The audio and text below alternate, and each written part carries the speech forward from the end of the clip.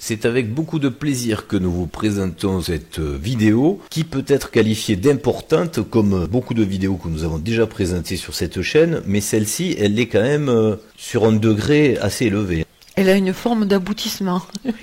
Et pour cause, puisque on a toujours parlé de vouloir réaliser certaines publications avec une qualité émotionnelle et donc de réalisation d'images qui puissent illustrer certaines idées, certains concepts. Et comme on l'a déjà dit auparavant, c'était tout à fait impossible de le faire. Or, là, ça devient réalisable et on n'allait pas s'en priver. Oui, en tout cas avec les moyens que nous, on avait. Enfin oui, là aussi, voilà. Ça reste nos petits moyens, mais en tous les cas, exact. C'est quelque chose qui, à présent, est tout à fait réalisable. Alors pourquoi c'est important ? Si vous avez l'habitude de parcourir les publications que nous diffusons sur cette chaîne, on a souvent dit qu'il fallait préparer sa mort. Ça peut paraître lugubre comme idée. Évidemment, dès qu'il y a le mot mort dans une phrase, il y a toujours cette réticence et un petit peu de peur. Mais là, vous allez peut-être comprendre pourquoi on ne peut pas dire autre chose. C'est bel et bien au moment d'un passage entre deux vies de moi-je qui peut se réaliser une certaine conscience de ce dont nous parlons sur cette chaîne pour ne pas avoir à faire des tours et des détours et des retours et des retours. Puisque vous l'aurez compris, comme dans cette vidéo, selon le choix que vous faites quand vous vous présentez devant le grand escalier, on va y revenir dessus puisqu'on va décortiquer les images pour une compréhension claire et complète, s'il n'y a pas avec son propre libre arbitre de moi-je la décision de fusionner avec la mémoire totale de soi-je, vous repartez à nouveau dans l'univers relatif. C'est bien de ça dont on parle au niveau de la mort. Oui, c'est ça. C'est le projet qui nous a accompagnés pendant notre vie. Donc ça sous-tend qu'il faut y avoir pensé à son propre départ et avoir eu l'idée de savoir où aller par la suite et y avoir mûrement réfléchi en fait. Et on va rentrer dans les détails puisque ça pourrait sembler abstrait de juste le dire, puisque dans les autres vidéos, ne pouvons pas non plus l'accompagner d'une expression visuelle. On l'a développé en concept pour faire grandir une conscience à cette idée-là, mais on sait bien que la puissance des images permet de passer sur un autre cap de compréhension. Oui, puis on a expliqué qu'il pouvait y avoir une absence de projet, mais aussi des projets différents. Si le projet, c'est un projet qui se retrouve dans le relatif, on a toujours pu l'illustrer par des exemples, des situations, des faits. Mais si le projet, c'est de rejoindre l'absolu, c'était compliqué jusqu'à maintenant, avec des petits bébés-d'hommes et des photos retravaillées, oui, de dire pourquoi et comment, pouvoir l'illustrer. Ça devient plus perceptible. Voilà. Et là, nous sommes dans le cadre entièrement précisé du carré Qatar, qui, de par cet enseignement gnostique qui nous vient de cette pensée qui a traversé l'histoire, et grâce à la précision de cette vidéo, vous pourrez peut-être aussi encore plus lever le voile, mettre encore plus de lumière sur le sens véritable, sur ce que veut dire ce carré magique, ce carré Qatar qui fonctionne de la même façon que la compréhension sur un autre niveau de la création de la matière avec le carré Sator, qui lui est bien plus général pour un départ total, avant un retour, mais pas tout de suite, puisque en général quand on s'en va c'est qu'on en a soupé de venir faire le jeu du cauchemar et on revient bien plus tard. En fait, une partie détachée de soi-même évidemment, mais là comme vous pouvez être, si ça se trouve, le dernier avatar, le dernier moi-je de la série lancé par votre soi-je, il faut comprendre quel est le sens si vous êtes rattaché, en tous les cas, à cette culture de compréhension Qatar, le carré magique qui veut dire Qatar, Areta, Tenet, Atera, Ratak. Alors, c'est une synthèse, d'ailleurs, dans d'autres vidéos, on avait survolé quelques éléments de compréhension de ces mots qui sembleraient énigmatiques. On avait parlé, notamment, dans la vidéo spécifique des carrés magiques, carré gnostique, Sator et Qatar, le fait de trouver quand même assez intéressant que dans la structure de présentation du carré Qatar, comme vous connaissez la culture égyptienne avec le Ka et le Hak, vous comprendrez la finesse de présentation dans la compréhension de ce qui se passe en bas, dans ce qui est rattaché dans le monde relatif terrestre, dans cet enfer-là, c'est le Ratak, donc rattaché, avec un Hak à la fin. Le Hak, ce corps terrestre qui ne demande qu'à rejoindre son Ka. Et le cas où il est, sur le carré cathare, il est aussi bien signifié puisqu'il se trouve en partie supérieure, donc dans l'autre monde, dans le monde subtil, qu'on appelle ici subtil, on va dire, et qui se situe donc évidemment dans l'univers absolu. Et là, c'est le vrai corps entier et complet qu'on appelle le K. Donc, la présentation même géométrique et de l'intelligence de situation permet bien de faire cette compréhension sur le jeu que nous sommes en train de résoudre ici-bas, c'est-à-dire le Cathare, Areta, Tenet, Atera, Ratak. Ce qui signifie, en bon français et dans le littéral, Cathare arrête de tenir à la terre rattachée.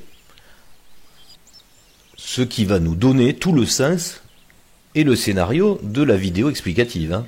C'est pour ça que ce carré cathare qui pourrait sembler juste magiquement et simplement en 5 mots, tout comme le carré Sator, représenter une énigme très facile à comprendre, recèle en lui tout un tas de complexités sur des compréhensions multiples et très importantes à résoudre quand on veut réfléchir à la raison de résoudre justement le jeu complexe que nous sommes venus vivre ici, que nous avons créé ici dans le relatif par rapport à l'absolu. Et ce carré, à travers le sens de ce qu'il exprime, veut donner également l'idée de ce qu'il faut faire ou de ce qu'il faut défaire ici. Oui, c'est avant tout pour le moment où on est vivant, l'outil, le support qui permet de cheminer toute sa vie en ayant conscience qu'on a une possibilité de départ, mais que pour cela, il faut en arriver à un état de détachement total du monde relatif. Alors ça a l'air tout petit comme ça, plutôt simple à dire. Mais on est quand même dans un monde où on a une culture de l'émotion et où sur cette fin des temps, on nous met de l'émotion partout. On nous montre à la télé des gens... Mais des moi-jeux sont très attachés à certains logiciels. Qui font des crises de nerfs parce qu'ils perdent une chaussure. Donc, ou d'autres parce que leur Dieu n'arrive pas, par exemple. Il serait mal vu d'ailleurs d'afficher un détachement total d'émotion. Ce serait vécu comme une froideur anormale, je dirais, de l'être humain, alors que ça ne veut pas dire qu'il n'y a ni souffrance, ni tristesse, ni chagrin. C'est un support, c'est un cheminement qui nous dit, voilà, il va falloir que tu opères une transformation telle qu'elle t'en amène à un détachement total de la condition relative, quelque part, hein, et de tout ce qui est représentation du relatif. Ça, c'est l'outil, c'est le moyen. Par contre, par rapport au moment de la mort, ça devient une condition absolue. Et s'il y a bien quelque chose d'absolu dans notre monde relatif, ce sera bien ça. C'est-à-dire que si ce détachement n'est pas absolu, il n'y a pas de retour à l'absolu. C'est un peu le fait de se dire, est-ce que je vais me retrouver devant le bon escalier, ou est-ce que si j'ai cette clé, je vais me retrouver devant la bonne porte? Les deux côtés du message, c'est-à-dire un support, et les situations que l'on vit, quand on dit les épreuves font évoluer, parce que chaque situation nous permet de réaliser ce détachement ou pas, et d'en apprendre beaucoup sur ce à quoi on est encore attaché. Et après, ça deviendra la condition, mais dans le sens, la clé du passage, la possibilité du passage vers l'absolu pour ceux qui en ont le projet. Oui, puisque ça reste un état d'esprit à rejoindre, et c'est celui, quelque part, du soi-je. C'est vraiment l'épreuve ultime. On peut l'appeler comme ça. Parce qu'on peut s'imaginer que ce passage, il est permis après qu'on soit confronté... Ou plutôt que soi-je l'ait décidé, puisqu'au final, le libre arbitre du moi-je est très restreint. Oui, c'est ça. Puisqu'on en est à quelques petites explications sur la structure avec les lettres de ce carré cathare, là on a un petit peu décanté le très haut et le très bas avec le cathare ou le ratak.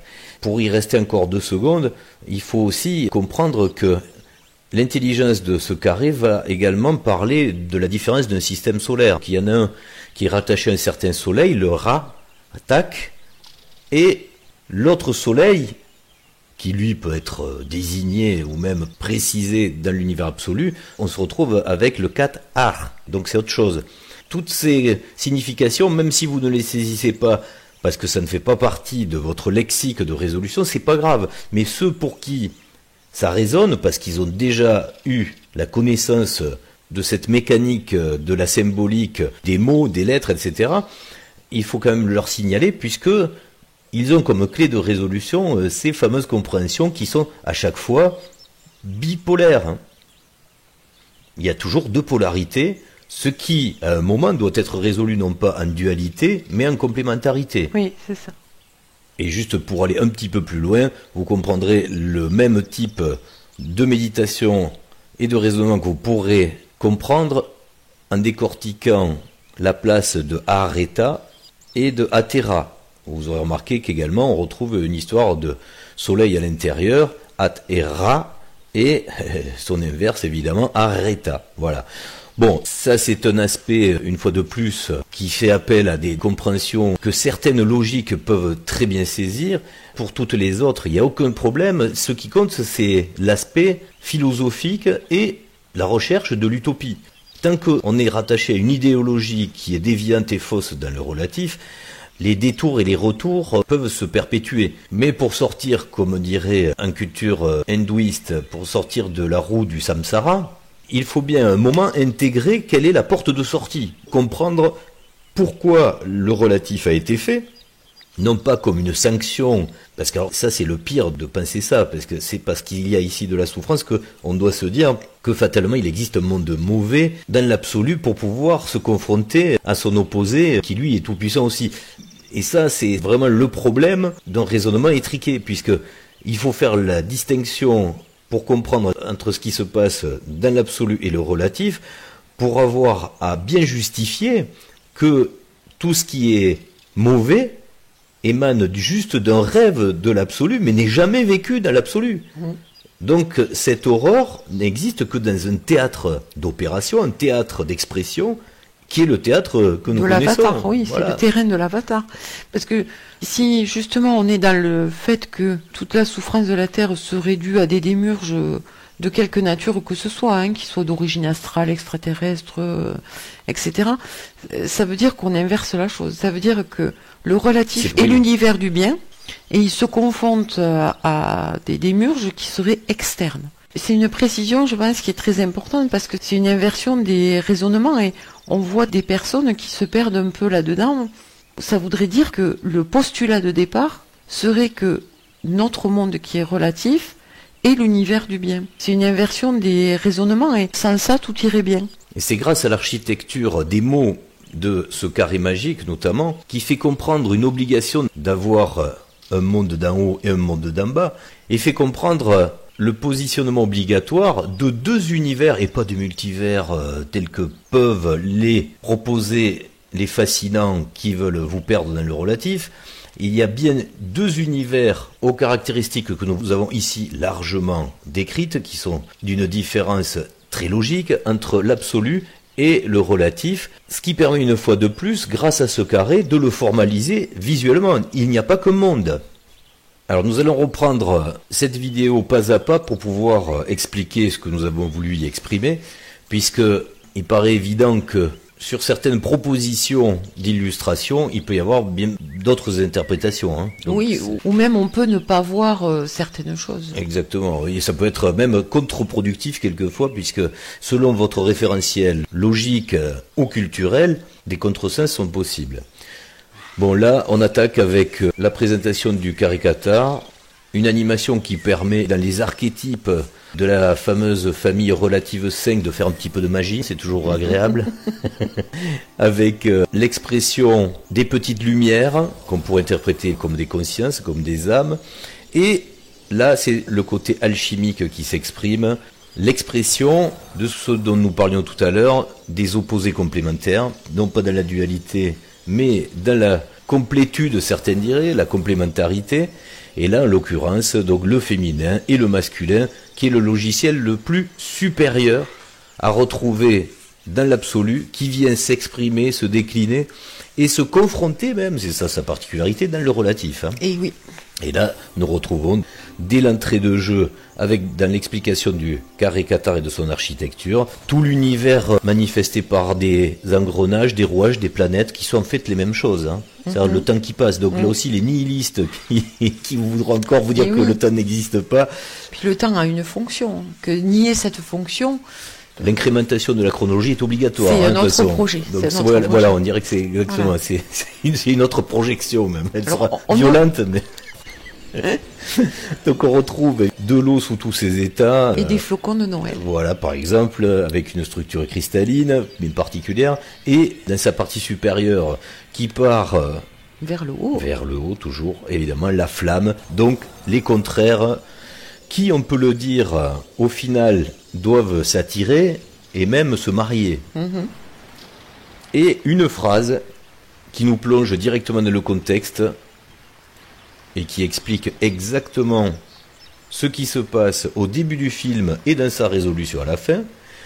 Le problème, là, se situe, parce que ça n'est dans l'univers absolu, des soi-jeux omniscients, omnipotents, se disent qu'ils ont utilisé la palette des émotions et de la beauté dans une large gamme, qu'ils ont envie, par fantaisie, qu'ils ont envie de dévarier, de transformer pour connaître un autre pan émotionnel que dans leur état naturel, on va dire, radical, ils ne pourront jamais connaître, c'est-à-dire tout le pendant opposé, la souffrance, la mort, la peur du vide, etc. Tout ce qui fait que la condition que nous connaissons ici, qui est cette condition infernale de l'être humain avec une conscience et un corps et des aptitudes physiques et intellectuelles limitées dans le relatif, ne connaît pas. Mais lui, son problème, c'est bien d'avoir à connaître cet état diamétralement opposé pour pouvoir avoir le plaisir de reprendre son état complet. Il faut le méditer, ça. On a tout ce que l'on veut sans effort, etc. Et justement, on est confronté au temps. On est face à une éternité qu'il faut combler par quelque chose qui distrait. Et comme nous, dans notre état très limité, on va se fondre dans des jeux où on a des pouvoirs. C'est pareil. Eh bien, on peut s'imaginer que quand on a tous les pouvoirs, on va s'inventer des difficultés, des situations étriquées pour voir comment on s'en sort, pour éprouver des capacités dans un autre état que celui que l'on a soi. Et cet univers relatif est créé pour ça. Voilà. Et une fois qu'on a absorbé cette idée, elle semble quand même assez logique, parce que sinon on fait quoi d'autre? Ça justifie ce qu'on pourrait appeler le démiurge ici, voilà. Effectivement. Exactement. D'ailleurs, je dirais même qu'il n'y a pas d'autre choix. Il y a ce choix-là, ou alors dévarier l'absolu pour qu'il devienne un relatif. Et ça, c'est interdit, voilà. Justement. Voilà. Donc, il n'y a pas tellement de choix. Pour sauvegarder dans son état le meilleur l'univers absolu, on est obligé de créer cet univers relatif qui est un théâtre d'expression de l'horreur. C'est très séparé tout ça. Donc il n'y a aucun problème de pouvoir gangréner l'absolu avec le relatif. C'est ça. Voilà. Le relatif reste toujours à sa place. Avec la précision de l'horloge. Ben là aussi, il y a un temps. Oui, voilà, si le temps n'existe pas, ça pose un sacré gros problème psychiatrique. Après, certains diront... C'est pas ce que j'ai voulu dire. Oui, ben alors il faut bien le dire, hein, parce que sinon ça permet quand même de semer des ambiguïtés qui, on le sait, sont faites pour attirer vers des mondes bizarres avec des extraterrestres, avec tout un tas de non-résolutions. Mais après chacun le choisit. Et comme le temps a une importance déterminante, là aussi vous le comprendrez, avec la précision de l'horloge, quand vient le moment de la lassitude dans l'univers absolu, il faut se plonger dans le rêve fou d'un univers relatif. C'est ce que nous allons voir dans la suite de la vidéo. Mais c'est vrai que le préambule détermine bien ce qui se passe au moment où, dans l'absolu, il faut mettre en place ce départ vers autre chose. Et on peut le qualifier, c'est vraiment un rêve fou. À travers cette petite phrase qui explique beaucoup, le contexte étant donné, il faut pouvoir illustrer le cadre situationnel pour pouvoir bien comprendre qu'on a affaire à deux univers, comme on le disait tout à l'heure, grâce au carré Qatar. D'où cette représentation spatiale, hein, puisque tout ça, ça se déroule également sur une scène en 3 dimensions, qui est l'espace, sur laquelle la logique humaine, et même on va dire la psychologie et jusqu'à la psychiatrie humaine, a sa propre idée, sa propre projection de sa place dans cet espace. Hein. C'est pour ça qu'on joue très souvent sur des symboliques qui représentent des objets d'orientation, que ce soit des sextants, des boussoles, et dans le temps, donc des montres, des horloges, que nous indiquons d'une façon circulaire un objet qui, on le comprend de suite, même s'il ne nous indique pas la nature des quantités exprimées, est pourtant là pour faire comprendre instantanément qu'on a affaire à de la mesure dans l'espace et donc dans le temps. Et comme dans l'état subliminal de la conscience, un corps n'est fait que pour ressentir des sensations physiques, vous vous doutez bien que la vitesse d'information ou de déplacement d'une conscience, elle s'apparente à celle de la lumière. On pourrait aller plus loin en parlant d'intrication quantique qui permet même de la fausse ubiquité. Bon, on ne rentre pas dans ce détail, mais là, pour être juste dans la poésie de la compréhension que nous avons à faire à un état de conscience qui doit prendre en compte un univers très vaste qui va au-delà de celui qu'on imagine. Donc on a cette technologie avec un objet qui permet de faire le rapport entre ce qui d'habitude est incommensurable pour nous, c'est-à-dire l'espace qui nous paraît infini, et un appareil pour lui donner une échelle. Et là on a de la lumière qui se manifeste, donc ça veut dire que ça bouge, c'est de la conscience, donc c'est de la vie. Et cette vie, on voit qu'elle se diffuse, on voit qu'elle émane de quelque part. Alors on va aller voir qu'est-ce qui s'y passe sur ce quelque part. Et là, nous sommes plongés, je vous le rappelle par rapport à la phrase qui nous détermine le contexte de départ, nous sommes du côté du monde omniscient, omnipotent de l'absolu. Et là, on se demande pourquoi cette cérémonie. Dans cet univers de l'absolu, au fameux moment de la lassitude, on pourrait se poser la question paradoxale, alors pourquoi une scène de mariage dans nos archétypes relatifs d'ailleurs. On a toujours remarqué que, enfin, dans certaines cultures, là, c'est la nôtre, donc on s'y rattache. Que vous soyez marié en rouge ou en blanc, il y a une compréhension à avoir un code, justement, vestimentaire, tout comme il est morphologiquement dans le dimorphisme, sur, une fois de plus, les complémentarités. On voit bien que l'homme est longiligne et de couleur sombre, et la femme, plutôt évasée et de couleur différente de celle de l'homme. On va dire, puisque là c'est représenté par le blanc, mais ça pourrait très bien être aussi le rouge. On remarque que le soleil à l'horizon est un soleil rasant. Vu le contexte de départ, on imagine bien que c'est pas un soleil levant, mais plutôt un soleil couchant. Oui. Voilà. Donc nous arrivons à une période où, dans la compréhension de ce qui vous est présenté, il faut comprendre aussi que le temps a son importance, que ce soit le temps mesuré, le temps signifié, c'est-à-dire par la lumière, mais aussi le temps climatique. C'est pour ça qu'on retrouve aussi des flocons. Donc on comprend que là, il commence à faire froid. Voilà. Qu'est-ce qu'on recherche, un état émotionnel dans l'absolu, quand on arrive à ce moment où il faut partir délirer dans un autre monde? Parce que pour conserver une certaine chaleur à votre feu, il faut l'entretenir. Il faut une bonne couette. Ça suffit pas. Ça ne suffit pas. Tout comme des amoureux qui savent très bien de quoi on va parler. Quand vous êtes séparés de votre moitié, vous pensez qu'une chose, c'est de la retrouver. C'est ça.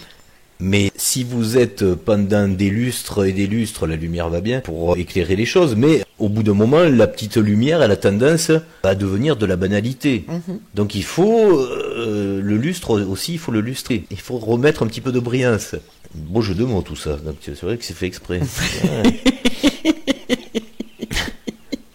Donc vous aurez beau frotter le lustre, il brillera pas plus. Vous avez compris qu'il faut faire quelque chose de différent. Donc évidemment, il faut être radical, mais là, anti-radical, donc séparer.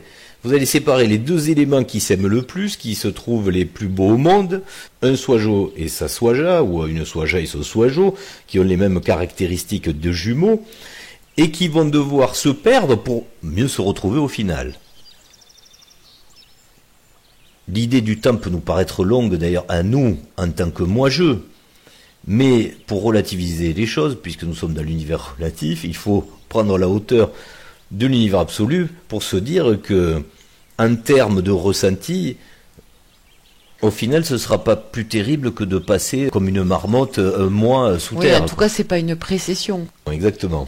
Ce qu'il faut comprendre au travers de cette image, c'est que ce sont des derniers moments. Qui sont pas dans le désamour d'ailleurs. Attention, il faudrait pas croire que qu'ils se disputent. C'est le dernier moment où on se dit, on en profite pour consacrer ce qui est existentiel pour ces deux individus, parce que normalement, leur état existentiel de jumeaux n'admet pas la division. Voilà. Et ils savent qu'ils vont la connaître, ils savent pourquoi ils le font, bien sûr. C'est un moment d'émotion fantastique. Évidemment, parce que si on a réellement et sincèrement envie de célébrer, parce que ça aussi, on peut y réfléchir, on est dans un monde où on célèbre beaucoup de choses, mais combien de fois on les célèbre réellement? Véritablement. Combien de fois on est vraiment dans le sens absolu et profond de ce moment-là. Ce qui est illustré au travers de ce soleil couchant, de ce changement de saison, du froid par rapport à la chaleur, c'est aussi le fait que la division, elle emporte un changement d'état et aussi un changement de ce que l'on est, parce que on n'est pas fait pour vivre divisé. Et là, c'est le moment paradoxal d'un grand plaisir, puisque c'est parce qu'on sait qu'on se sépare qu'il y a déjà cette tristesse qui est déjà un grand bonheur, parce que justement, on sait déjà qu'on fait remonter l'intensité amoureuse, puisque, vous l'aurez compris, quand on arrive dans cette période-là, il y a le temps qui érode un peu, qui diminue la puissance de l'émotion amoureuse. Du coup, le fait de même de dire qu'on va y mettre une parenthèse, c'est déjà avoir peur d'en avoir envie. Donc c'est très paradoxal.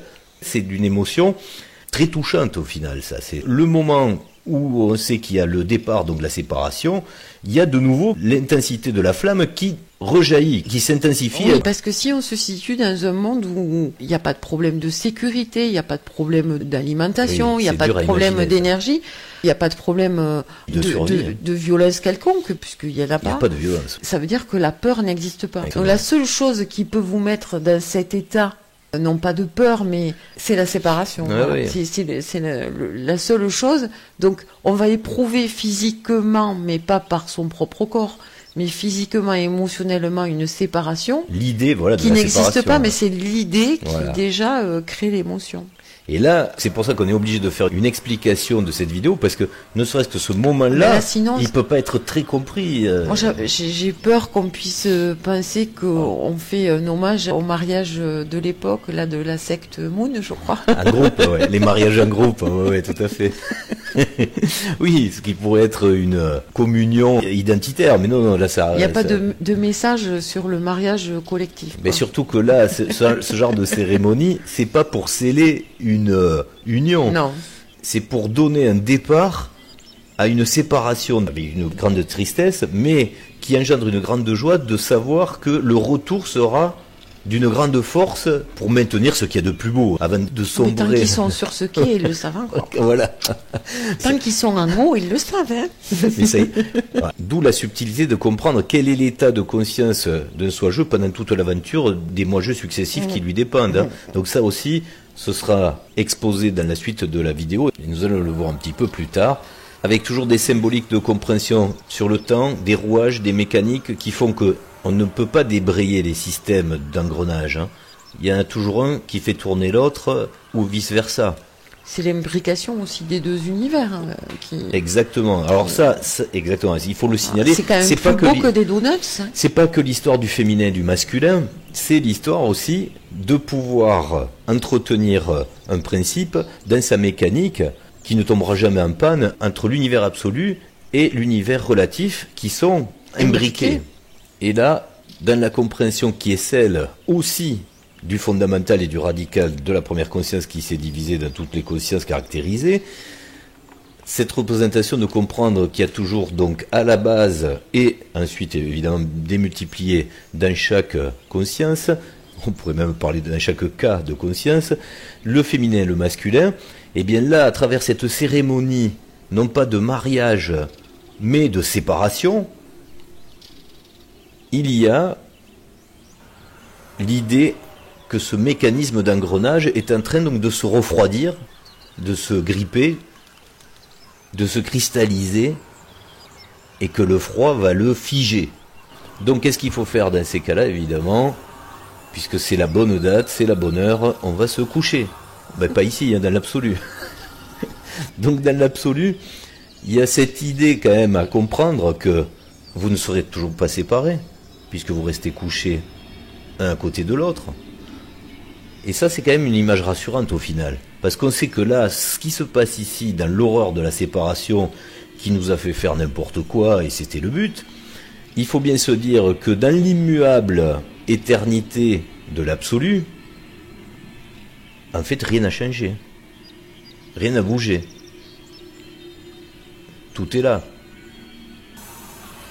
Et ça, dans la symbolique de notre compréhension bien terrestre de certains anciens, on pourrait même le signifier à travers ce menhir qui est une pierre brute, naturelle, non travaillée, qui se trouve à l'intérieur d'une cavité, donc on va encore plus loin que le dolmen qu'on connaît sur nos cosses ici-bas, Le dolmen va encore plus loin dans cette représentation puisque celui-ci est façonné par la main de l'homme. Il est construit, on le voit, avec des proportions régulières. Hein. Là, on est vraiment dans la symbolique la plus extrême de cette compréhension du masculin et du féminin.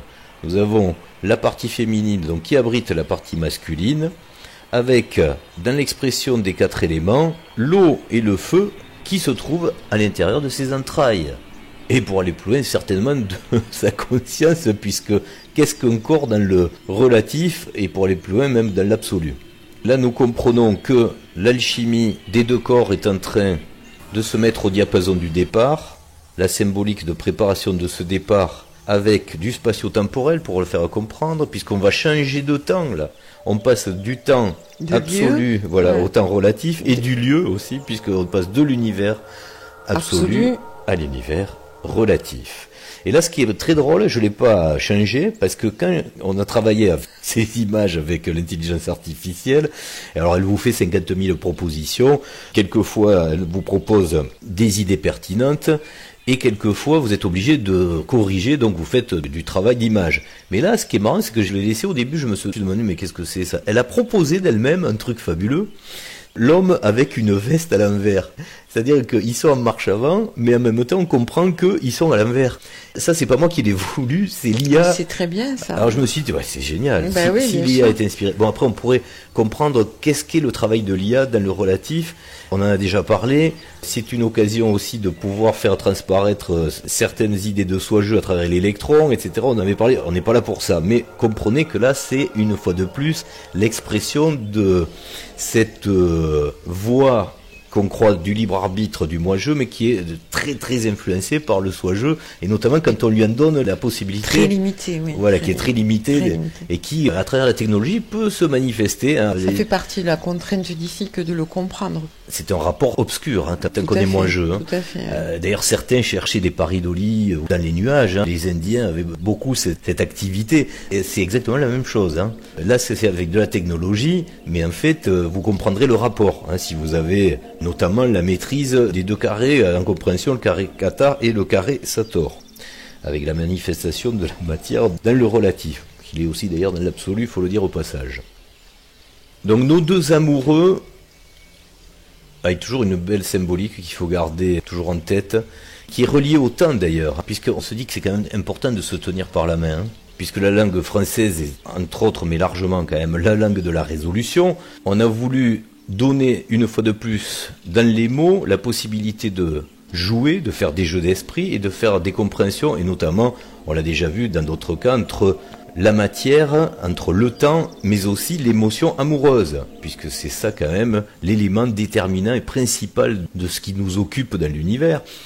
Et dans les mots qui définissent le temps et qui peuvent donner un sens symbolique à l'amour, nous avons le terme temporel qui définit l'instant, qui se dit maintenant.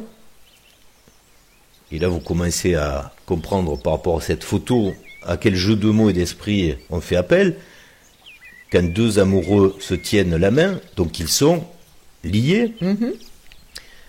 Et quand on fait appel à l'idée de l'éternité, donc du futur, du lendemain qu'on qualifie par le mot demain, nous permet d'allier les 2 idées du présent et de leur futur immuable dans le mot de maintenant.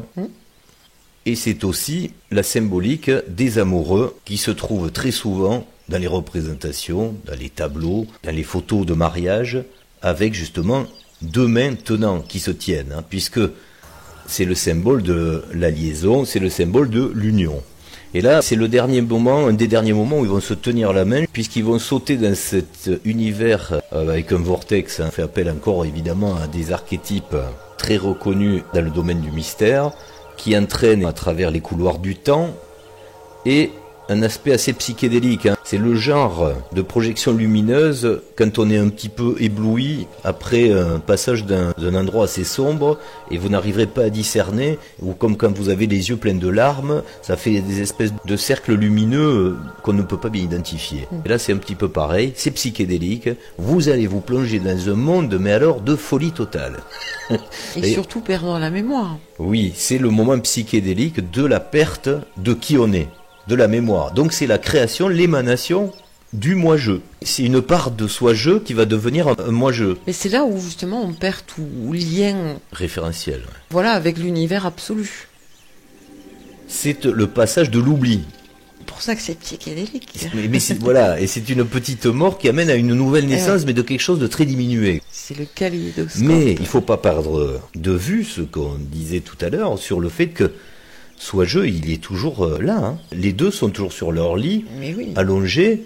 Et d'ailleurs, on va un peu même comprendre comment on doit l'interpréter dans les images qui suivront.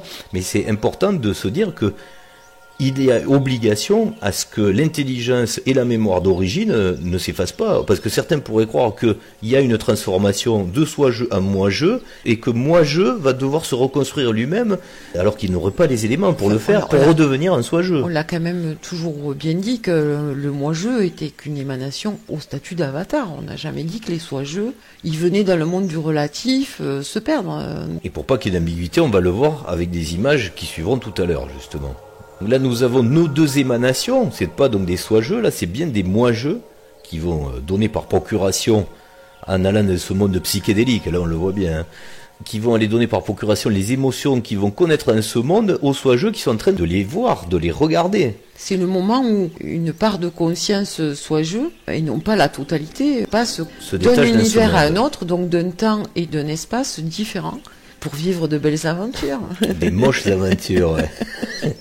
On le comprend puisque on a déjà en projection, on se projette vers la Terre, hein, on sent qu'on va aller vers cette planète-là, et ça vient de notre endroit, hein, donc on voit bien toutes ces, on pourrait appeler ça des âmes, donc des consciences, ces particules lumineuses, là, qui vont se projeter, qui arrivent dans ne sait où, hein, puisque là on est déjà presque dans l'univers relatif, on est à l'entre-deux, hein, puisqu'on voit cette espèce de mer d'huile, hein, qui nous suggère qu'on passe d'un monde à l'autre, et là, les fameuses petites lumières, les petites consciences, ces fameux contenants de moi-je viennent s'encanailler, on va dire, non? Viennent s'encanailler sur Terre, viennent prendre des émotions plutôt bizarres. Et là, référentiel au temps, ça correspond à un moment où il faut le faire. Donc là, on est plus sur une représentation avec des tranches et des incrémentations avec des symboliques, donc pour faire comprendre aussi qu'il n'y a pas que l'aspect quantitatif du temps, ou chronologique, ou circulaire, ou linéaire, il y a aussi sa thématique. Donc on est aussi sur le zodiaque. Hein. Il y a une compréhension qu'il y aura des cycles. Il y aura des petits cycles, des grands cycles, pour rentrer, pour sortir de ce jeu-là. Et cette barque bien connue, on a beaucoup de référentiels égyptiens quand même. Hein. Oui, mais dans tous les référentiels, de toute façon, le message est le même. Il suffit d'avoir un référentiel qui tienne la route. Voilà. Qatar, c'est la goutte aussi, hein, quelque part. Donc c'est la goutte d'eau. Pour revenir aussi à la sémantique des sens dans le qatarisme, Qatar, c'est aussi la chute d'eau. On peut très bien comprendre qu'est-ce que c'est cette chute d'émotions faite de plein de petites gouttes d'eau qui donnent sa grandeur et sa puissance quand on est devant une chute d'eau cascade. Voilà, bon, c'est des jeux tout ça évidemment, mais chacun peut avoir les siens. Mais là, ils sont spécifiques au monde, on va dire, du qatarisme. On reprend la suite du film avec nos deux corps, nos deux âmes qui viennent avec cette barque sur Terre et qui arrivent à un endroit de résolution formidable que nous aimons, puisqu'on parlait de l'Égypte, on y est, dans un état très dégradé quand même, il faut le dire, parce que ça fait longtemps qu'on joue au jeu là. Hein. C'est pas la pyramide de la splendeur d'origine. Hein. Eh ben oui. Il s'en est passé des choses. Hein. Il s'en est passé. Oui. Mais il faut demander aux archéologues, aux historiens, hein, parce que là on comprend pas bien qu'est-ce qui s'est passé. Quoi qu'il en soit, pourquoi c'est important de pouvoir signifier la pyramide également devant le jeu d'échecs, c'est bel et bien parce que ce jeu d'échecs, des moi-jeux qui vont s'affronter avec des familles différentes, ces typologies différentes dans le relatif, ont quand même pour clé de résolution, pour un très grand nombre, peut-être même la totalité, puisque c'est une raison logique qui s'impose, qui a notamment été expliquée grâce au film de Jacques Grimaud sur la compréhension de ce monde relatif artificiel créé avec les bases de compréhension de ce qu'on peut comprendre dans une pyramide. Alors on n'est pas là pour faire la vidéo qu'on a déjà faite pour expliquer ça. Si ça vous intéresse, vous pouvez aller prendre connaissance de cette vidéo, mais pour revenir à nos symboliques ici même sur cette vidéo de résolution Qatar, pour le grand départ, il faut quand même le dire, c'est l'élément le plus gros à part peut-être la géodésie elle-même de la planète, qui est vraiment le plus gros élément, mais là, dans les symboliques qui sont manifestés dans la matière, c'est quand même le plus gros élément de compréhension de ce monde relatif artificiel. Hein. Oui, c'est la meilleure expression. Et la maquette aussi de notre univers. On peut dire qu'il y a tout dans les pyramides, en fait. Mais ça donne pas une résolution personnelle. Ça donne une compréhension personnelle. Oui, puisqu'il faut pousser cette compréhension jusqu'à la résolution du féminin et du masculin qui se trouve bien cachée, elle aussi d'ailleurs, dans la compréhension de cet édifice extraordinaire. Hein. Mm-hmm. Donc chacun prend sa place, les âmes, les lumières qui viennent prendre possession d'un corps, hein, puisque sans corps, on ne fait pas grand-chose. Hein. Et c'est un corps très différent, vous l'imaginez bien, que celui de l'absolu, qui prend sa place sur ce jeu d'échecs, où tour à tour, beau jeu de mots, où tour à tour, vous pourrez être un pion ou une tour ou un cavalier. Il y a beaucoup de pièces qui ont un sens. Pourtant, c'est un jeu qui finit toujours par échec. Et pourtant, par un départ joyeux. Il n'y a jamais de perdant au final. C'est un jeu où il n'y a pas de perdant, on peut le préciser, sur des périodes décalées. Puisque selon que vous fassiez partie d'une typologie de résolution chronologique qui vous correspond, 1, 2, 3, 4 ou 5, vous ne partez pas forcément au même moment. Mais le bon moment arrive toujours, comme diraient certains, à qui sait attendre. Et pour ceux qui se feraient du souci à se demander, mais est-ce que dans le décalage des typologies, que certaines ne se verront jamais dans l'absolu, ben si, le temps est long, ne vous en faites pas, là c'est une petite partie. S'occuper sur une éternité. Les cycles, même longs dans le relatif, sont très courts pour l'absolu. Il y a des moments où, en équipe typologique, il y a des séparations amicales, mais dans l'absolu, elles sont de l'ordre, juste comme le temps d'une partie d'échecs, hein, en gros. Ni plus ni moins. C'est pour ça que camper un jeu d'échecs, c'est très intéressant pour bien faire le parallèle de cette parabole circulaire du jeu qui permet de passer les différentes typologies, puisqu'on a besoin de se perdre dans des émotions qui sont spécifiques à chaque typologie. D'où le fait de rentrer avec un décalage et avec des caractéristiques qui nous sont propres pour qu'il puisse y avoir une confrontation.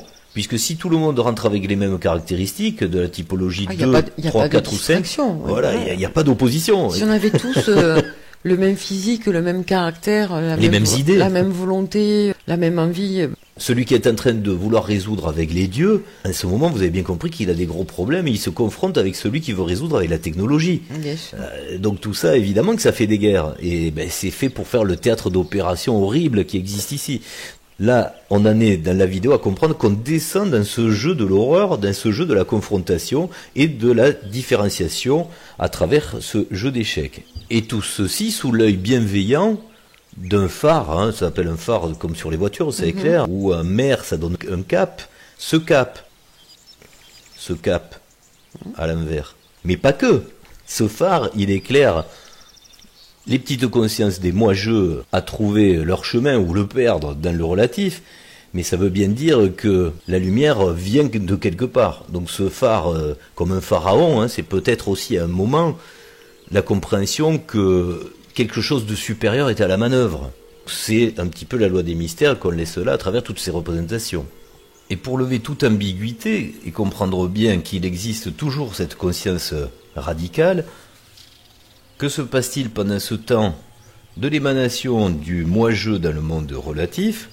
Eh bien, dans le monde absolu, on pourrait décrire ça comme un sommeil, comme une espèce de léthargie, voilà, du corps qui, lui, n'a plus les informations de ses propres sens, mais qui se trouve bien par procuration, non seulement en train de percevoir les émotions nouvelles à se plonger dans ce monde relatif, mais là, à travers cette représentation, on comprend aussi que c'est lui qui l'a créé.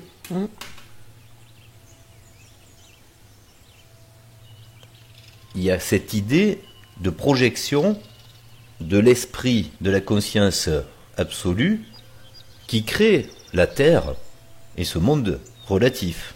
Le soi-je, il suscite l'aventure du moi-je. Il la crée, et même donc dans la matière, puisque la matière existe aussi, grâce notamment à la connaissance du carré Sator, hein, ça nous permet de le glisser au passage. Hein. Cette matière, c'est comme le temps, elle existe. Hein. Oui. C'est une énergie, certes, mais elle se manifeste bien concrètement dans ce qu'on appelle l'âme à tiers, qu'on a largement développé dans l'explication du carré Sator qui le concrétise de façon intellectuelle. Et il y a en plus dans cette idée systématique, puisque c'est un système de rotation, qui induit toujours la compréhension du temps et d'une chronologie. La Terre tourne, et pendant ce temps, que se passe-t-il sur la Terre? Ce fameux processus de réincarnation des moi-je, chacun dépendant d'un soi-je, dans la partie masculine et féminine sur Terre, avec ce cycle qui se poursuit de génération en génération, ça génère, d'incarnation en incarnation, de saison en saison. Vous démarrez toujours avec l'idée également de la chronologie temporelle à travers les saisons, et c'est pour ça que notre latitude est notamment bien spécifiquement marquée pour le comprendre. Si vous habitez au pôle ou à l'équateur, vous n'en aurez pas la conscience comme dans un pays comme la France par exemple, où les saisons sont très marquées. Il y a 4 saisons. Vous avez en transposition de vie d'une émanation en moi-je, cette même compréhension des saisons, d'ailleurs la poésie l'a largement retranscrit, c'est-à-dire d'être à l'automne de sa vie, à l'été, au printemps, etc. Et là nous avons dans ces versions jeunes, le printemps des enfants, hommes et femmes, qui sont à chaque fois séparés dans le jeu dès le départ. C'est également la transposition dans le temps de comprendre que dans le jeu, c'est la même chose. Vous naissez petit avec une conscience amoindrie qui, dans son évolution, a plus ou moins, évidemment, selon la caractéristique et la chronologie d'où vous êtes dans le jeu, le but de retrouver sa moitié. Et juste après le printemps de l'enfance, vous retrouvez, dès l'adolescence, ce marqueur biologique, hormonal même, qui vous aide à avoir ce réflexe de trouver l'autre moitié. Et là, on passe du printemps à l'été, avec la forme du jeune adulte, qui, en général, essaie de trouver sa moitié. Oui, parce qu'il ne faut pas se dire qu'on trouve sa moitié véritable de l'absolu, voilà. C'est pas systématique. Hein. C'est aussi ce qu'on vient vivre ici. C'est le mélange. C'est des expériences différentes. La logique nous entraîne d'un été flamboyant corporel, où tout va bien en général, au niveau de la santé, au niveau des aptitudes physiques, mentales, etc. Un vieillissement, on appelle ça, et c'est bien trouvé d'ailleurs, le moment de l'automne de la vie, où c'est là que le bilan se fait en général, les feuilles tombent, le climat est moins propice au rapprochement des corps, puisque là, on va mettre des peaux en plus sur soi, c'est comme les oignons, et on se retrouve très habillé parce qu'on a froid, et à l'automne de sa vie, c'est là que les réflexions sur le passé doivent donner un abîme, cette vertigineuse idée d'avoir à se poser des grandes questions de ce qu'on fait ici. Et tout ceci, en général, en logique chronologique, nous conduit jusqu'à l'hiver. L'hiver, c'est la fin de vie, où le corps s'assèche, se raidit, et quelquefois l'esprit s'étrique un petit peu. Un petit peu, oui.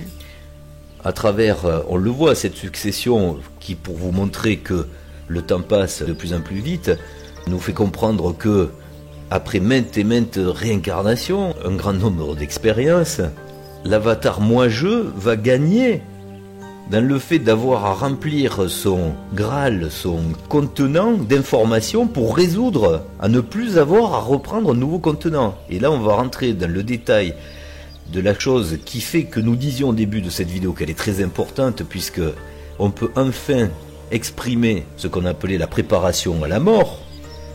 Parce que ce qui va faire la différence, et là on le voit à travers l'image archétypale bien connue de la lumière au bout du, certains diront du couloir, du tunnel, voilà.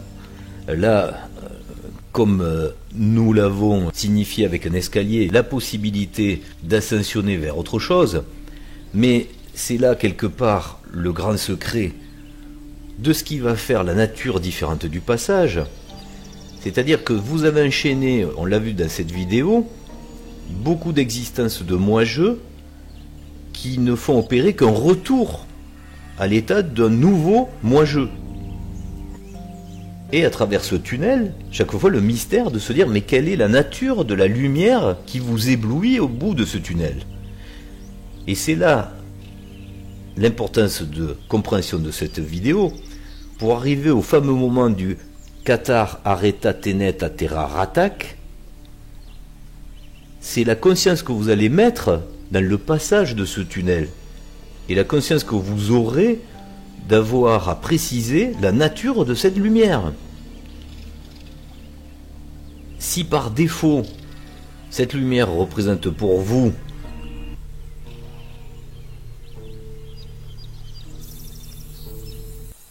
un concept, une idée de ce qu'est la Renaissance dans le relatif, vous avez bien compris que vous ne sortez pas de la roue créée dans le relatif.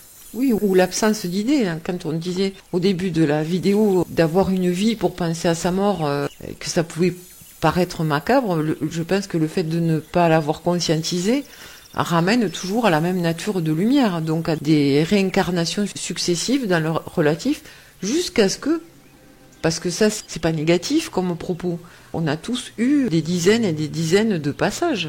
Oui, puisqu'on sait à quoi ça sert, voilà. C'est pas négatif. C'est ce que tu disais tout à l'heure, le choix d'une famille, le choix d'une évolution à un instant T, il n'est pas significatif pour dire qu'il n'y aura jamais ce passage vers l'absolu. Par contre, il n'y a pas un passage vers l'absolu sans désir de ce passage vers l'absolu. Sans la conscientisation de ce qui est, oui, de ce qui vous attend derrière ce voile lumineux. Quand je dis un désir d'aller vers l'absolu, c'est plutôt à l'origine un ras-le-bol aussi. d'existence relative. Voilà. Qui conduit à un désir de ce retour à soi, de ce passage vers l'absolu. Et c'est pour ça qu'on parlait toujours aussi de l'importance du projet. C'est quoi le projet? Tant qu'il y a une projection dans les typologies 2, 3, 4 ou 5, la roue reste relative. On reste dans cette roue infernale, il faut le dire, qui nous laisse à chaque fois dans la non-résolution d'avoir à comprendre l'absolu. Donc retour au relatif. Oui, parce que quand je parle de retour à soi, ça veut dire qu'on a défini beaucoup de choses. On a défini ce qu'on était, d'où l'on vient, où l'on veut aller, les deux univers, l'imbrication entre les deux, les raisons, les conditions, les modalités, enfin, tout un chemin qui est au-delà d'une phrase en fait. Il ne s'agit pas de dire, ah ben oui, tel projet, c'est je vais retourner chez moi. Il faut aussi savoir où est-ce qu'il est ce chez soi, comment on en est parti, pourquoi. Sinon, on se perd dans des choses très négatives et justement, on n'arrive pas à avoir ce détachement émotionnel absolu qui permet de le rendre concret. C'est pour ça qu'on a toujours bien spécifié qu'il fallait donc au maximum préciser qu'est-ce qu'on entend dans sa conscience par la définition de l'utopie et non pas d'une fausse idéologie dans le relatif. C'est important de pouvoir préciser au moins son but d'arrivée. Oui, c'est aussi ça qui est important et permet aussi de faire la part des choses dans toutes les propositions que l'on peut avoir. C'est que cette utopie, c'est pas une histoire, c'est un modèle. Que ça se démontre, un modèle, ça se démontre. Et ça doit être cohérent. Que toutes les fonctionnalités du modèle s'imbriquent les unes dans les autres pour donner un tout cohérent. Parce que quand on dit le mot utopie, on est presque à se dire je vais me bâtir un monde, mon monde. Mais ça reste de l'imaginaire. C'est pas un modèle fonctionnel, cohérent, qui permet de se dire qu'on a approché quelque chose qui est concret. Parce qu'on travaille tous avec nos capacités d'avatar, même si on est guidé. C'est pour ça aussi qu'il y a certaines congrégations, on appellera ça comme ça, gnostiques, qui sont là pour apporter les preuves que le monde relatif répond à des règles qui sont bien supérieures à nos compréhensions de lois physiques qui portent le même nom dans la physique relative. Et à un moment, il faut bien conscientiser, avoir un rapport de ce qui crée, de savoir qu'est-ce qui crée quoi. Est-ce que le monde, l'univers relatif se crée lui-même? Est-ce qu'il a vraiment ces capacités-là? Oui, c'est pour ça que je Ou est-ce que ça vient d'ailleurs? Ça veut dire que quand on est proche de ce passage dans l'absolu, oui, c'est éprouvé, c'est l'épreuve. L'épreuve. Avec le L apostrophe ou l'article l'épreuve pour pouvoir en faire une raison et un raisonnement. Et ces incarnations qui peuvent parfois nous paraître compliquées, douloureuses, etc., elles font partie des preuves que l'on se donne pour avancer vers cette compréhension. Et c'est pour ça qu'on l'a bien illustré à chaque moment de la mort et de cette espèce de progression vers une lumière tant qu'elle est mystérieuse et inconnue, qui nous fait au final revenir, puisque cette lumière, c'est celle de la Renaissance.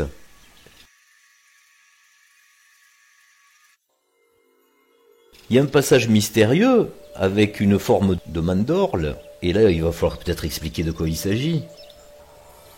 C'est pas érotique, hein, vu dans ce sens. Hein. Autant de l'autre côté, ça peut devenir un élément de stimulation émotionnelle, même orgasmique, mais dans ce sens-là, non, on arrive dans l'endroit où il va se passer des trucs qui sont pas formidables. Donc c'est peut-être pas la peine d'aller plus loin, je pense que vous avez compris. C'est quand même un monde où quand on est, on applaudit les premiers cris qui sont c'est pas de la joie, l'expression d'une satisfaction particulière. Donc, oui, la première bouffée d'air, elle est déchirante. Voilà. Hein, en plus, on passe d'un état à un autre, on oui, passe de l'eau à l'air, etc. Tout à fait. Si vous creusez beaucoup plus loin, vous comprendrez que la genèse de compréhension émotionnelle dans le jeu à l'échelle d'une vie de moi-jeu, c'est exactement la même philosophie qu'il faut comprendre par rapport à un cycle beaucoup plus long. Et comme par hasard, c'est bien fait, ça a été mis en place dans le degré émotionnel également, dans chaque avatar moi-je. Mais ça, c'est quelque chose à introspecter dans des méditations que vous pouvez approfondir afin de refaire votre propre parcours, ne serait-ce que dans la mémoire de cette vie-là, cette vie que vous connaissez. Vous avez normalement les informations qui vous sont autorisées sur votre propre passage. Après, selon si votre soi-je trouve pertinent de vous souffler des intuitions imaginaires pour pouvoir avoir d'autres idées sur des informations d'autres vies dont vous avez besoin aujourd'hui, il le fera. Mais c'est pas forcé et c'est pas obligatoire. Hein. Quoi qu'il en soit, on dira que par défaut, si vous ne savez pas qu'est-ce qu'il y a derrière ce voile de lumière, vous allez systématiquement poursuivre, continuer une expérience de cette fameuse renaissance dont nous parlions tout à l'heure, des 4 saisons, où vous allez connaître à chaque fois évidemment le printemps, l'été, l'automne et l'hiver. Alors quelquefois c'est bien raccourci, mais quand ça se passe d'une façon, on va dire, normale, vous avez les étapes systématiques d'avoir à connaître d'ailleurs cette fameuse déchéance qui, à un moment, devrait être ressentie comme une injustice. Alors, certains trouveront d'ailleurs dans les solutions, ce qu'on connaît actuellement, puisque là on rentre dans une typologie différente, le fait de trouver son éternité dans la technologie et le transhumanisme. Mais vous avez bien compris que c'est pas la solution pour sortir du relatif. On en parlera à la fin d'ailleurs avec le carré Qatar. Il faut pas confondre de vouloir faire venir le monde absolu dans le relatif. Hein. Et puis un jour... Et là, voilà, nous arrivons au moment tant attendu sur lequel nous disions qu'il faut préparer sa mort. En fait, il faut préparer ce passage en conscience. Et là, c'est le fameux moment du Qatar Areta Tenet Ateraratak, quand ces 2 vieilles personnes, donc ces 2 vieilles âmes, vont formaliser, vont donner les premières idées de l'image qu'elles veulent voir lors de leur ascension vers la lumière. Et au lieu de se dire « Oh, qu'est-ce qu'il va y avoir ?»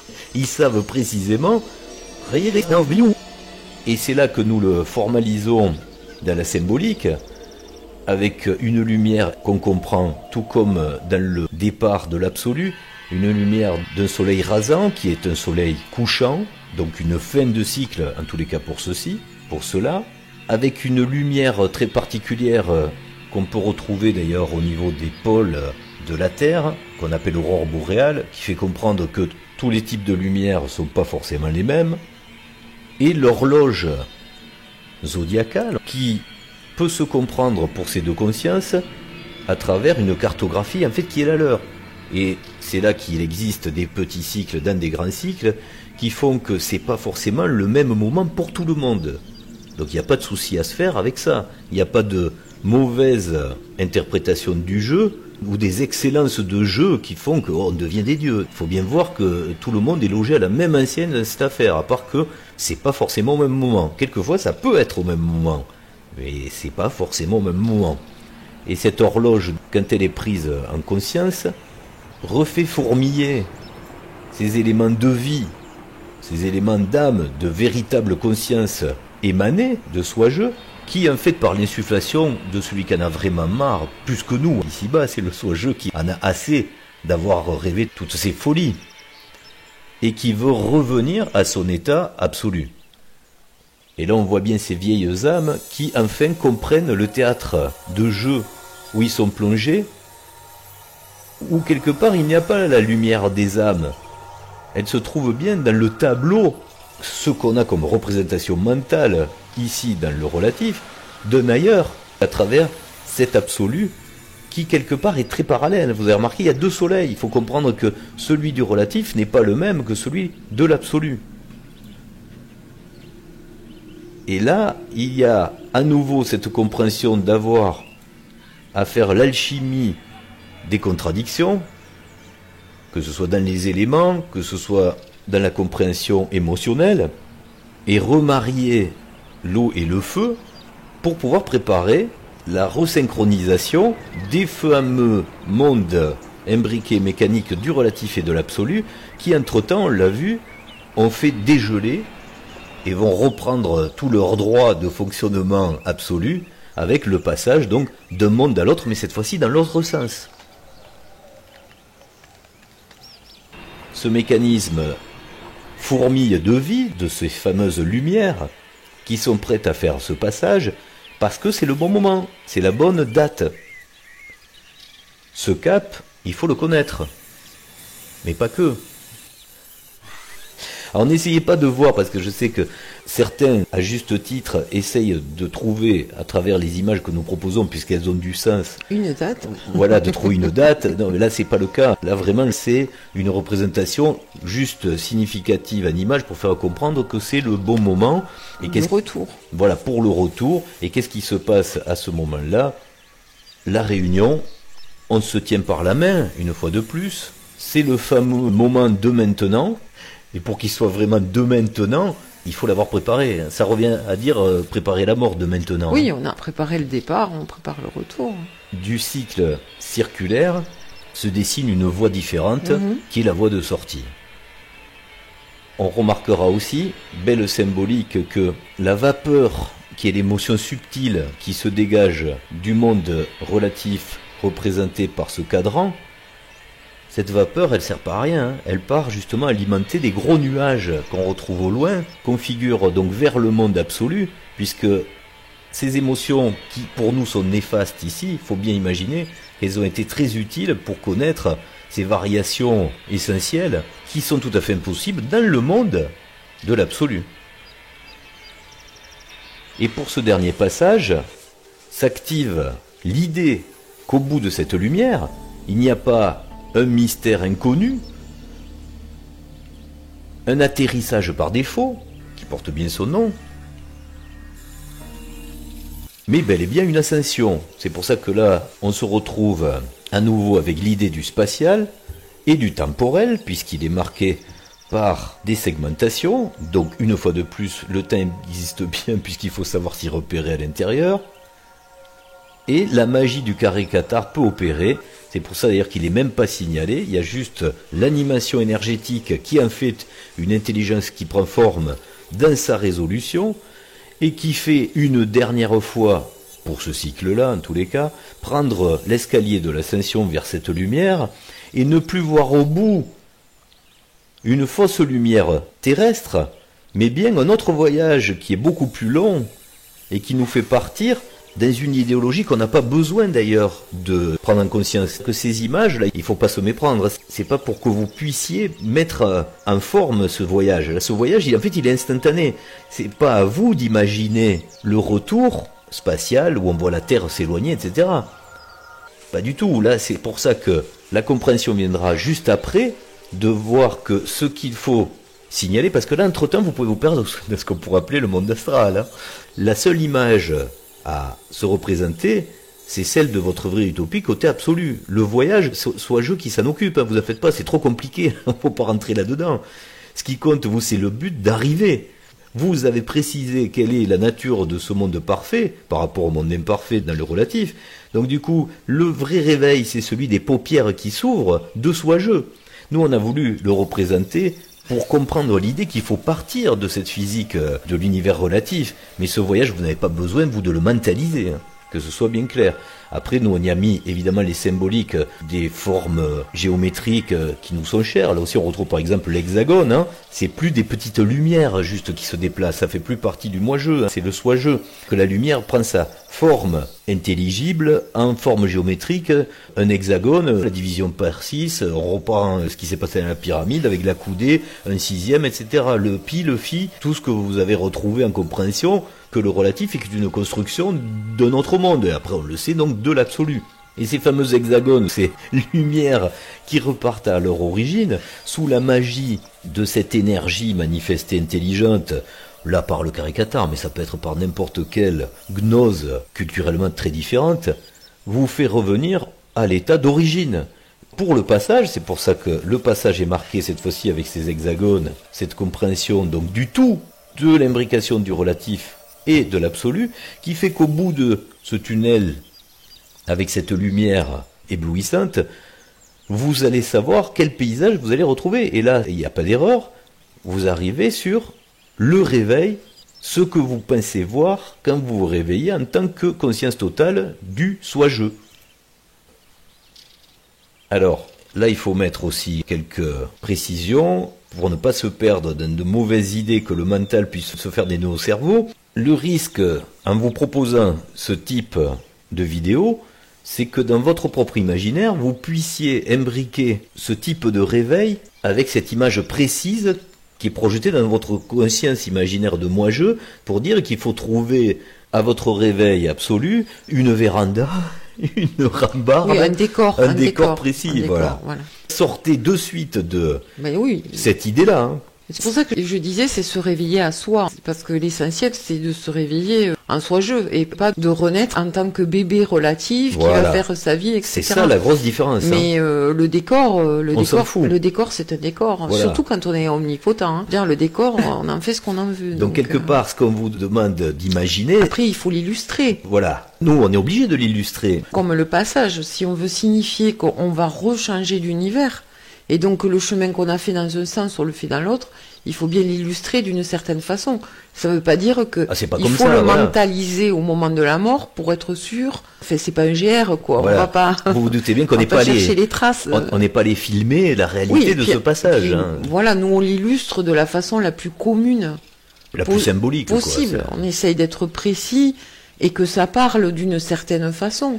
Mais on l'exprime avec notre culture, ce qu'on veut y mettre, mais c'est pas un absolu. Donc une fois que vous l'avez vu, détachez-vous de ces images-là. C'est pas un décor absolu. Voilà, ces images-là, vous les mettez à la poubelle, elles vous servent plus à rien. C'est juste l'idée, le concept qu'il faut retenir, et même pour vous rassurer entièrement, dans vos méditations, lorsque vous voulez préciser quelle image vous voulez voir à votre réveil, donc à votre mort ici, le moment de votre mort pour le passage dans l'autre univers, évidemment que le travail intellectuel d'avoir à préciser dans l'imaginaire une image qui vous est propre à ce réveil, comment vous imaginez votre chambre, la vue sur laquelle elle peut donner, c'est un travail qui est très utile.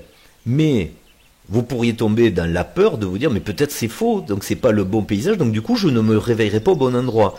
Mais ça non, n'ayez pas peur, ça n'a pas d'incidence. Ce qui compte, c'est une affaire de conscience. Voilà, c'est la conscience. C'est pas une affaire matérielle. C'est la conscience de l'idée de savoir dans quel contexte. Voilà, c'est ça la précision qu'il faut donner dans le mot. C'est dans quel contexte vous allez vous réveiller. Après que vous vous trompiez dans l'image des tableaux qui seront accrochés dans la chambre ou la couleur de la couette, et s'il y a une couette, c'est pas forcément justement la réalité de se réveiller avec une couette. Tout ça, ça n'a aucune importance. Ce qui est très important, c'est de comprendre le contexte du réveil et pourquoi vous avez rêvé. Cette vidéo est là pour formaliser cette idée. Vous comprenez donc, quand on disait au début de la vidéo, le niveau d'importance de cette publication, il faut vraiment insister là-dessus.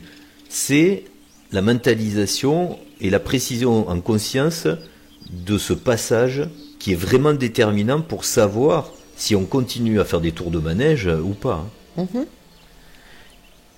Et pour donner une suite à ce réveil, on se retrouve avec le masculin qui se réveille avant le féminin, mais ça, c'est pas une réalité, on va dire, de fait. C'est pas que le masculin est supérieur au féminin, ou que le féminin est plus fatigué, qu'il reste couché.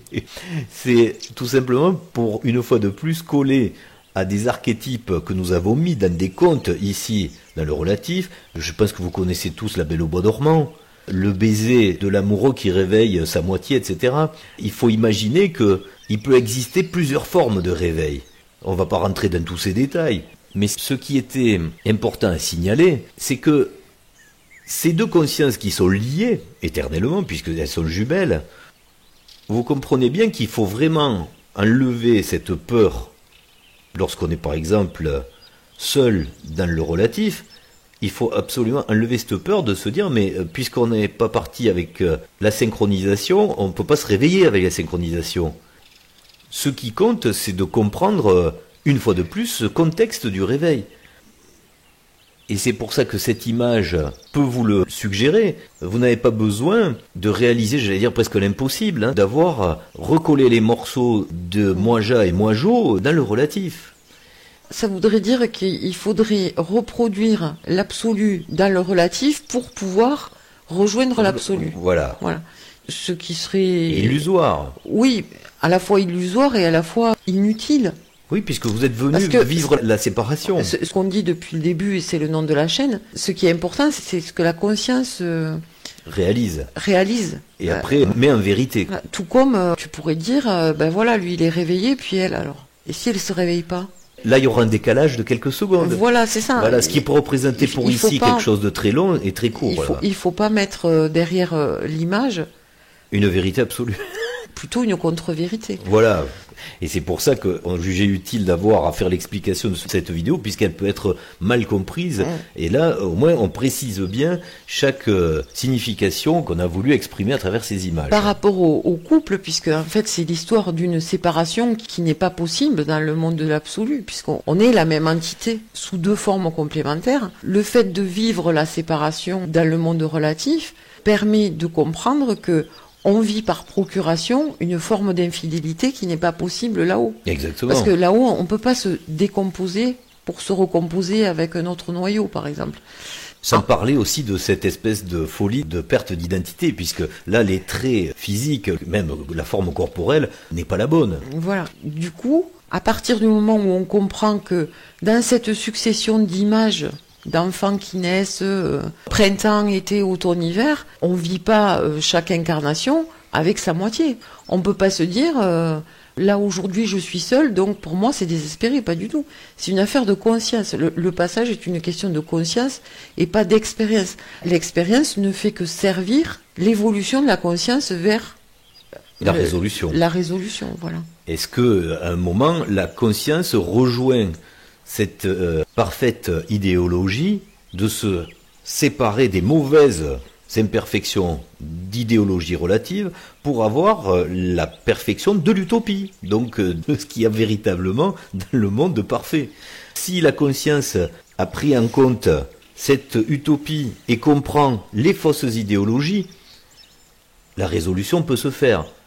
Et du coup, on comprend bien aussi qu'ici-bas, il n'y a pas de victimes. Il y a des victimes du relatif dans le relatif. Mais après, quand résonne entre l'absolu et le relatif, là on peut le dire. Il n'y a pas de victimes du relatif dans l'absolu. Par contre, dans le relatif, il y a bien des victimes du relatif. Hein. Ça, c'est sûr. C'est une véritable horreur, ça on peut le dire.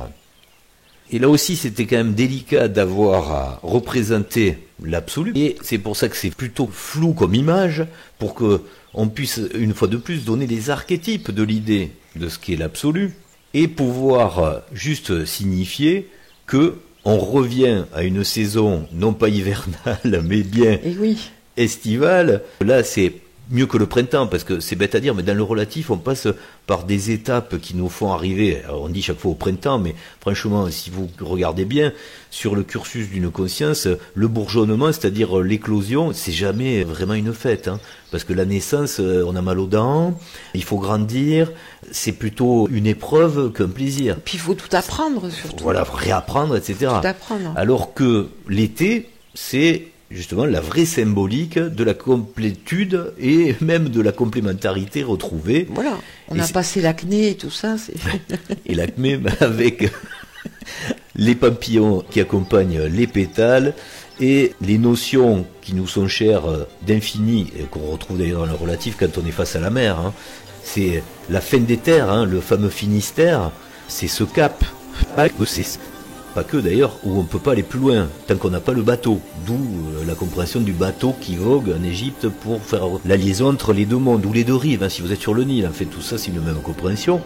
Mais là, on comprend bien que le soleil est haut dans le ciel, il est bien brillant, c'est un soleil levant d'une saison où il va monter au zénith très très très haut, et que cet été, qui nous est d'ailleurs signifié également par une belle musique flamboyante que nous connaissons sur Terre, avec cette œuvre estivale de Vivaldi, où les pétales rouges concrétisent bien ce retour de l'amour puissant. Et cet archétype du feu d'artifice qui fait un rappel que là où nous sommes pour créer un environnement esthétique, quelquefois on fait aussi des fausses lumières. Mais que c'est joli.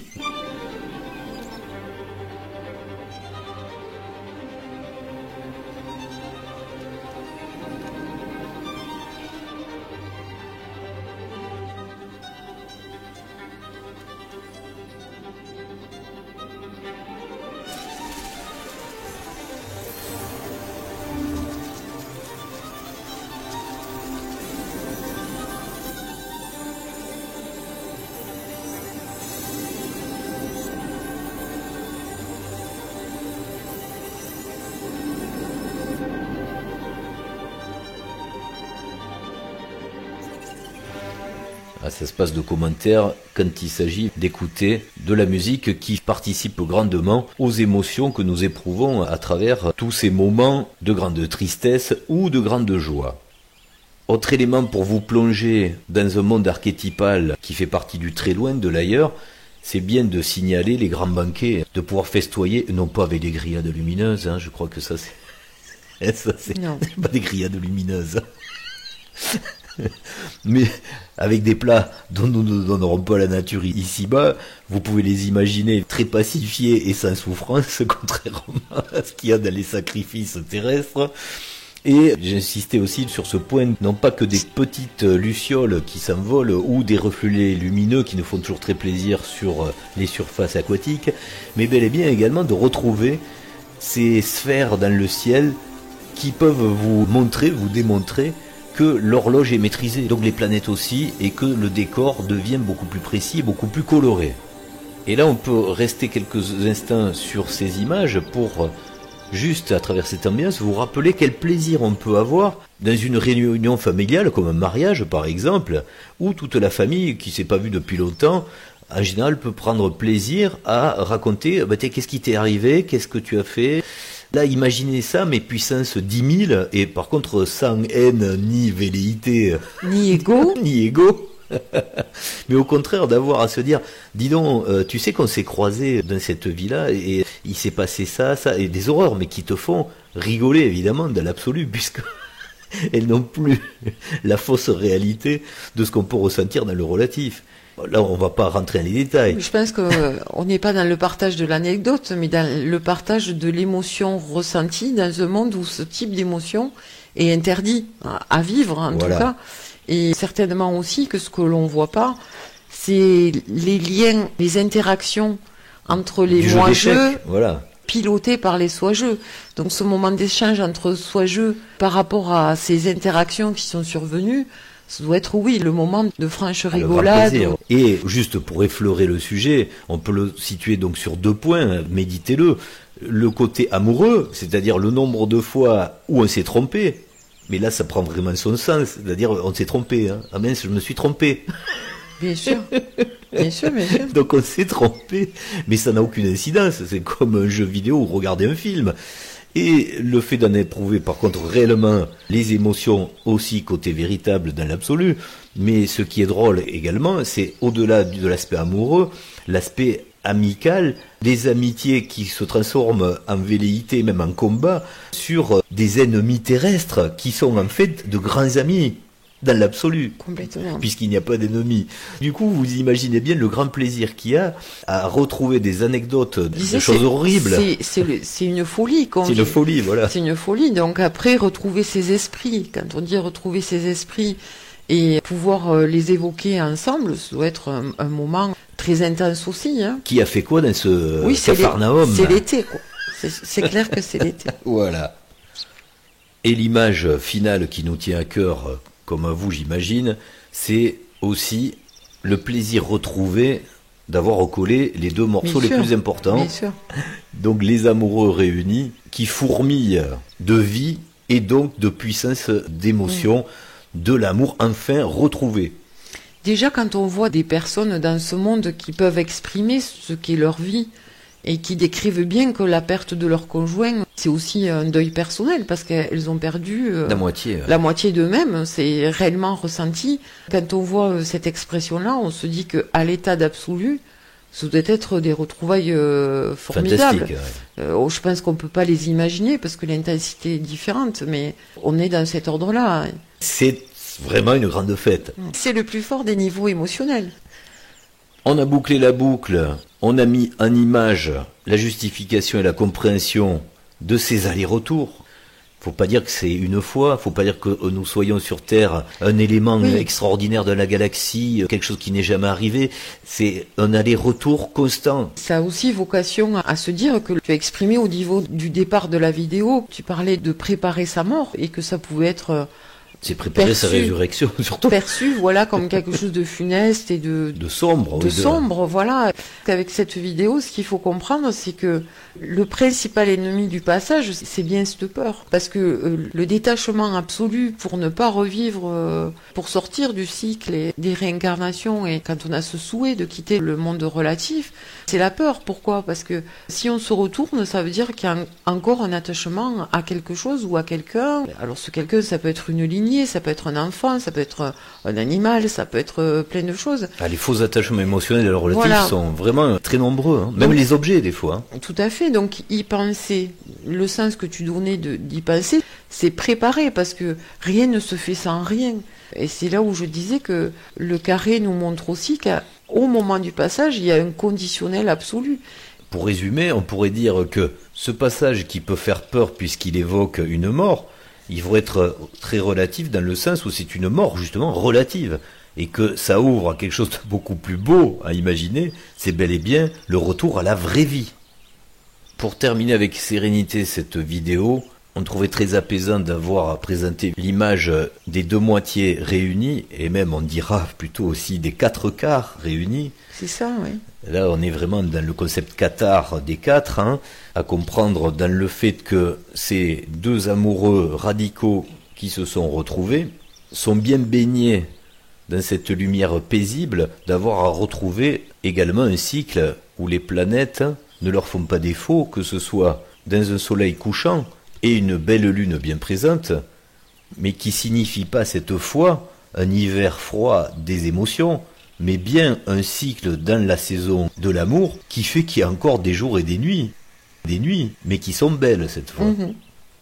Et cette grande horloge du temps et de l'espace nous conduit au raisonnement opposé du départ, quand nous sommes partis de l'absolu, pour comprendre que dans le relatif, avec la précision de l'horloge, quand vient le moment de lassitude dans l'univers relatif, il faut se réveiller dans la belle vérité de l'univers absolu.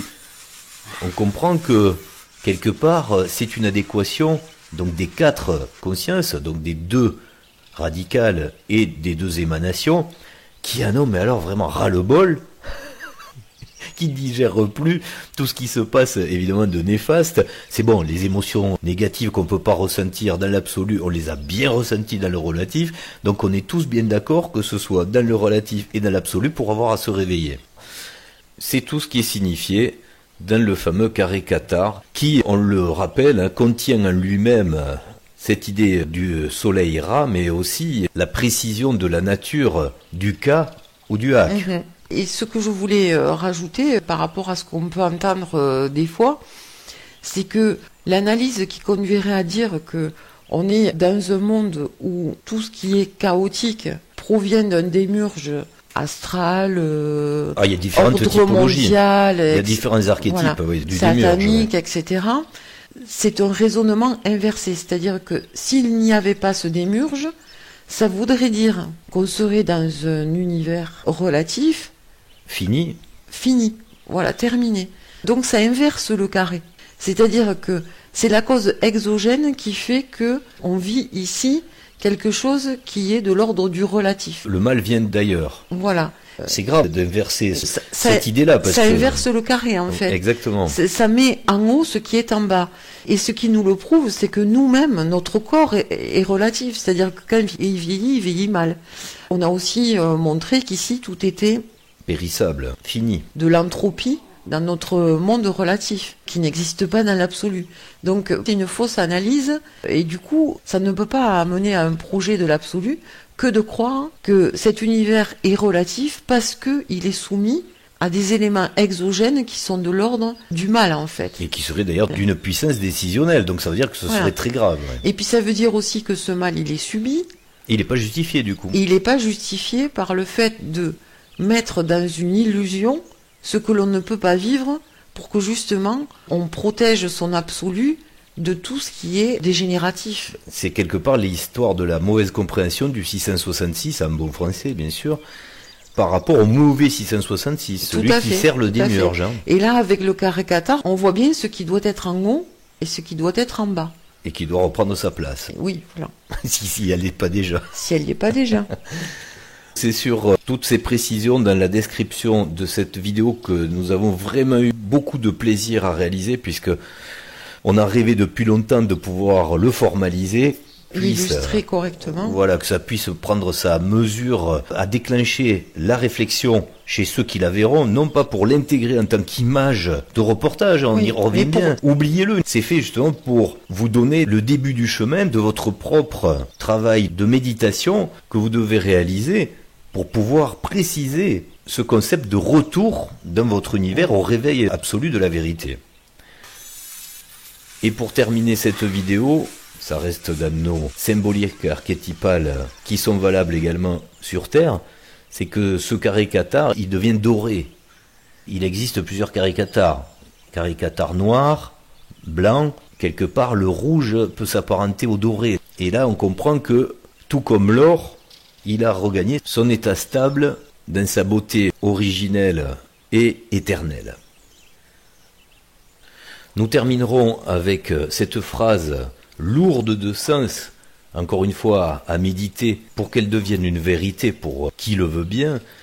Cathare, areta, tenet, atera, ratak. Pour tous les cas éléaques, les 4 quarts qui veulent se résoudre, nous aurons dans d'autres publications, dans d'autres vidéos, l'occasion d'avoir encore à préciser tous les éléments pour cette grande résolution. À bientôt. Au revoir.